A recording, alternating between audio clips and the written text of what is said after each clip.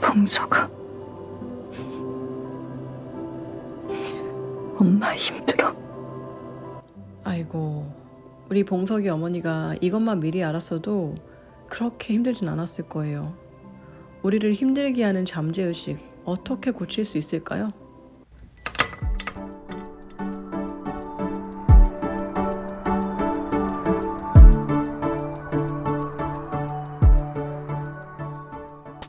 아침에 일어나면 대부분 자기가 가진 문제나 걱정거리부터 생각하죠.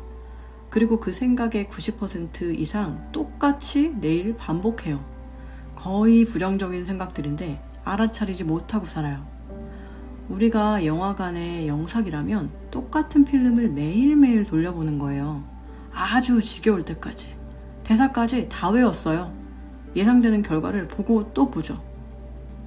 안타깝게 우리가 가진 필름이 기분 좋은 장면들보다는 부정적인 장면으로 가득하기가 더 쉬워요. 살면서 좋은 일도 겪고 힘든 일도 겪잖아요. 그런데 힘든 일을 겪었을 때는 다시는 그런 일을 안 겪고 싶으니까 무의식적으로 그 기억을 장기 기억으로 보내거든요. 부정적인 생각을 자꾸 하게 되는 거는 생존을 위한 본능이에요.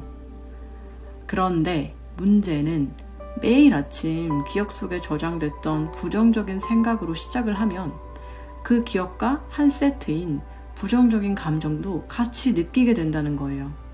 그럼 바로 우울해지고 불안해지고 무기력해지고 고통스러워지겠죠. 생각이 감정을 만들고 감정이 태도를 만들고 이 태도가 습관이 되면 성격이 되고 그 성격이 우리의 행동을 결정하고 결국 우리 행동들이 우리의 인생을 만들어요. 한마디로 우리 반복되는 생각들이 운명이 됩니다. 매일 똑같은 과거 기억의 필름을 돌리면 과거와 똑같은 경험만 하고 사는 게 너무 당연하죠. 만약에 과거의 내 삶이 좋다. 그러면 그냥 계속 살면 돼요. 그런데 그게 아니라면 무슨 조치가 필요하겠죠. 태어날 때부터 우울한 사람은 없어요.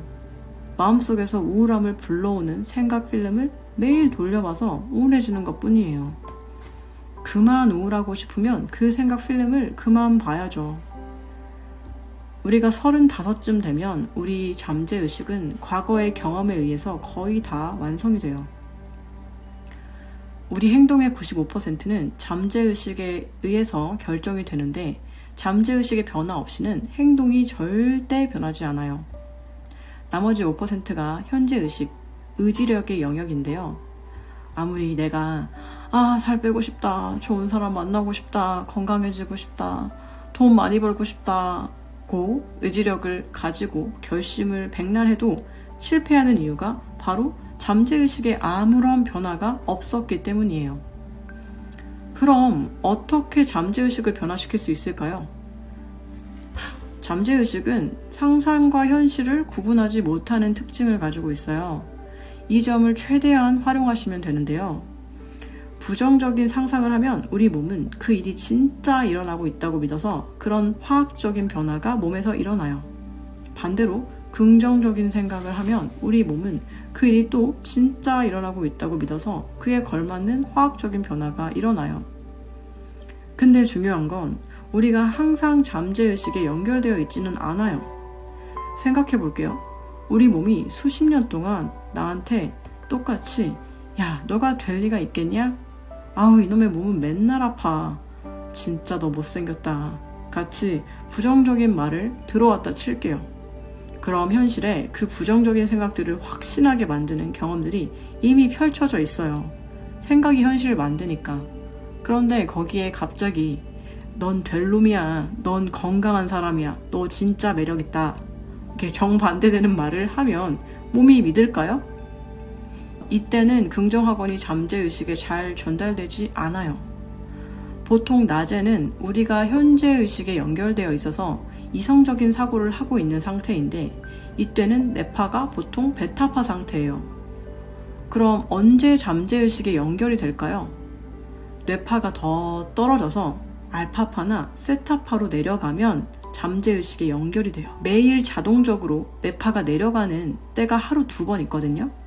바로 잠에서 깼을 때랑 자려고 누웠을 때예요. 우리 몸이 이완되면 자동적으로 뇌파가 떨어지는데요. 잠들기 직전에는 몸이 자연스럽게 이완되면서 베타파에서 알파파를 거쳐서 세타파를 향해 내려갑니다.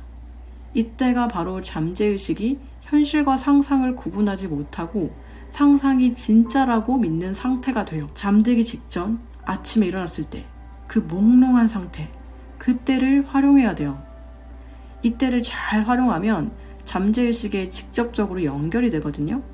이때 긍정적인 상상이랑 확언을 하면 소프트웨어를 새롭게 까는 것 같은 효과가 있어요. 잠재의식이 이건 상상이 아니라 현실이라고 완전히 믿거든요. 그리고 잠재의식이 현실이라고 믿게 된 건 정말로 현실로 펼쳐지게 되고요. 제가 앞으로 상황에 따른 치유와 변화를 이루는 긍정 확언 영상을 올릴 건데요. 아침에 일어나자마자 잠들기 직전에 들으면 잠재의식을 리셋하는데 큰 도움을 받게 될 겁니다. 그 전에 긍정적인 상상과 확언을 들을 때 가장 중요한 점 3가지를 알려드릴게요. 이걸 모르고 확언을 아무리 쓰고 듣고 말해봤자 시간 낭비일 뿐이에요. 그냥 안 하는 게 나아요. 이 3가지를 숙지해서 건강하고 평온하고 성공하는 인생을 누리길 바랍니다. 첫 번째, 생생한 감정을 느끼는 것이 핵심이에요. 생각이 뇌의 언어라면 감정은 우리의 소울의 언어인데요. 우리 몸은 우리의 감정을 통해서만 말귀를 알아들어요. 그래서 내가 원하는 걸 확언하고 상상하고 있는데 아무런 느낌을 못 느낀다면 이 메시지들이 잠재의식에 닿질 않아요. 와이파이를 켜야 인터넷에 연결이 되고 원하는 걸 다운받잖아요. 감정을 생생하게 느껴야지 잠재의식에 연결되는 와이파이에 접속이 되는 거예요. 잠재의식 리셋을 통해서 수만 건의 기적 같은 치유 사례를 기록하고 있는 조 디스펜자 박사님이 이렇게 얘기를 해요. 좋은 일이 생길 때까지 기다리지 마라. 너무 늦다. 대신 좋은 일이 일어나면 어떤 감정을 느낄지 감정을 미리 땡겨서 느껴라. 그러면 좋은 일이 일어난다. 이렇게 감정을 느끼는 것이 중요한데 만약 내가 그런 좋은 감정을 잘 못 느끼겠다. 그런 분들은 과거에 원했던 일이 이뤄졌던 일, 그 기억을 떠올려서 그 감정부터 느껴서 예열을 해서 시작하면 한결 더 수월해집니다. 그런데 그런 기억이 없다면 나를 평온하게 하거나 기분 좋게 만드는 상황을 떠올리고 그 느낌에서 시작해보세요. 두 번째, 집착을 내려놓고 초연하게 임하셔야 됩니다. 내가 원하는 것이 안 되는 반대 상황을 상상했을 때 그게 너무너무 싫다면 원하는 것에 집착이 있는 상태거든요. 이런 집착이 있는 상태에서는 뭐를 해도 안 돼요. 상상을 해서 내가 원하는 걸 다 얻어나겠다는 의도가 아니라 상상을 해서 내가 그 즐거움을 미리 한번 좀 느껴보고 싶다.